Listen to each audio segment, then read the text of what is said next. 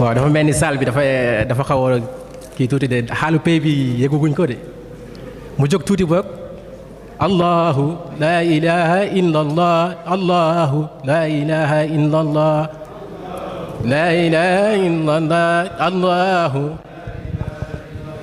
allahu la ilaha illa allah allahu la ilaha illa allah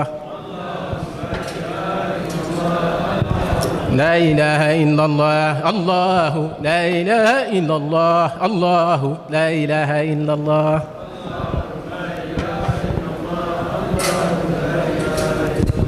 الحمد لله والصلاة والسلام على رسول الله سيدنا ومولانا محمد صلى الله عليه وسلم نعوذ بالله من شرور أنفسنا وسيئات أعمالنا من يهدي الله فهو المهتدي ومن يضلل فلن تجد له وليا مرشدا الحمد لله الذي هدانا لهذا وما كنا لنهتدي لولا أن هدانا الله سبحانك لا علم لنا إلا ما علمتنا إنك أنت عليم الحكيم السلام عليكم ورحمة الله chères autorités religieuses, chers organisateurs, chers frères, chers condisciples, permettez-moi tout d'abord de remercier son éminence, Mawlaya Al-Khalifa Cheikh Mohamedou Mahi Ibrahim Niass, qu'Allah l'assiste dans sa mission, de nous avoir honorés, d'avoir accepté de préfacer cet ouvrage Fin des illusions et merveilles de la Faïda Tijaniya. Nous l'appelons affectueusement le tuteur des étudiants. Il est un guide éclairé pour toute la communauté. Nous remercions également les organisateurs de ce symposium de nous avoir permis de s'exprimer dans cette enceinte de la sagesse et de la connaissance. Chers frères et sœurs, vous savez, il y a une certaine frange de la population qui a toujours cru que les hommes de Dieu doivent s'occuper de la religion et du divin, et les hommes du monde de la mondanité et des affaires matérielles. D'ailleurs, c'est ce qui a causé, pour certains, une certaine dichotomie conflictuelle entre le temporel et le spirituel, entre la religion et la science, entre la foi et la raison. Aujourd'hui, étant un produit de la faculté des sciences et techniques, spécialisée en entomologie médicale du paludisme, j'ai rédigé ce document à vocation spirituelle et scientifique pour tenter de limiter ce conflit, pour montrer à la jeunesse de l'humanité toute entière que bien sûr le médecin peut être un imam, que le chef religieux peut devenir un chef d'entreprise, que le menuisier, le maçon, le ministre, le député ont le plein droit, le plein devoir de reconnaissance des pratiques et des lois qui fondent la religion et la spiritualité. Chers frères et sœurs, je vous présente la fin des illusions et les merveilles de la Faïda Tijaniya. Le contexte, vous le savez bien, nous sommes dans un monde où la perversité est énorme. Nous sommes dans un monde où l'ignorance est extraordinaire. Nous sommes dans un monde où les courants matérialistes, féministes, pseudo-religieux, néo-spirituels ne nous donnent plus la paix de vivre notre spiritualité. Nous avons l'obligation aujourd'hui de venir en aide à la religion de Dieu, chacun avec sa méthode. Ya ayyuhallazina amanu kunu ansarallah kama qala Isa ibn Maryam lil hawariyuna man ansari ila Allah qalu al hawariyuna nahnu ansarullah. Notre maître Cheikh Ibrahim Niass disait que l'objectif principal de ses voyages était de soutenir la religion de Dieu. Il disait alawtul bihara zahirati wa innani alawtul qura wal mutnabal hal jibala أرم رضا الباري لنشرة دينه وأبرز للجيل الجديد مثالا ضعيف عليل شائب متحمس لينصر دينا لا يريد قتالا لأن النبي الهاشمي دهر ما قضى ولا صد عدوانا ورد دلالا.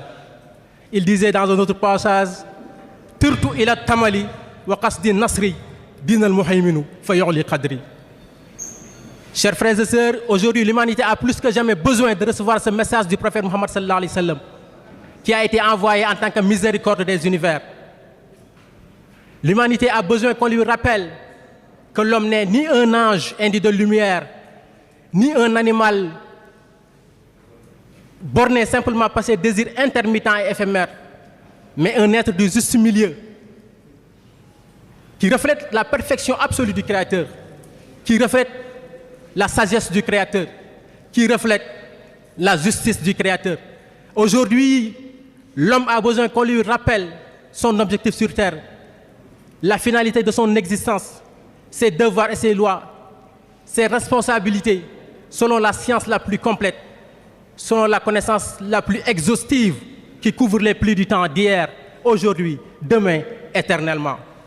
Je vous présente cet ouvrage de 228 pages qui s'articule sur deux grands chapitres que sont la préexistence et l'existence. Nous avons tenté de déchiffrer l'ordre qui régit l'existence de l'origine à nos jours. Nous y avons parlé des réalités métaphysiques de l'essence, des réalités de l'attribut, des réalités du nom. Nous avons parlé des présences du réel. Nous avons parlé de la création. Nous y avons parlé des connaissances qui sont les fondements de la religion de Dieu.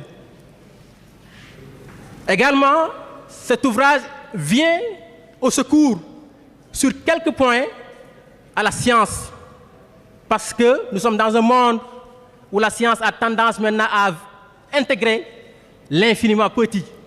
Parce que bien sûr, quand on dépasse la matière, on s'approche au spirituel. La science a tendance à entrer dans le plus grand mystère de ces découvertes. Aujourd'hui, nous sommes dans la physique quantique. Aujourd'hui, nous sommes dans l'intelligence artificielle. Aujourd'hui, nous sommes dans la génétique. Aujourd'hui, nous sommes dans la découverte des grandes lignes de l'espace. On parle même du voyage spatial.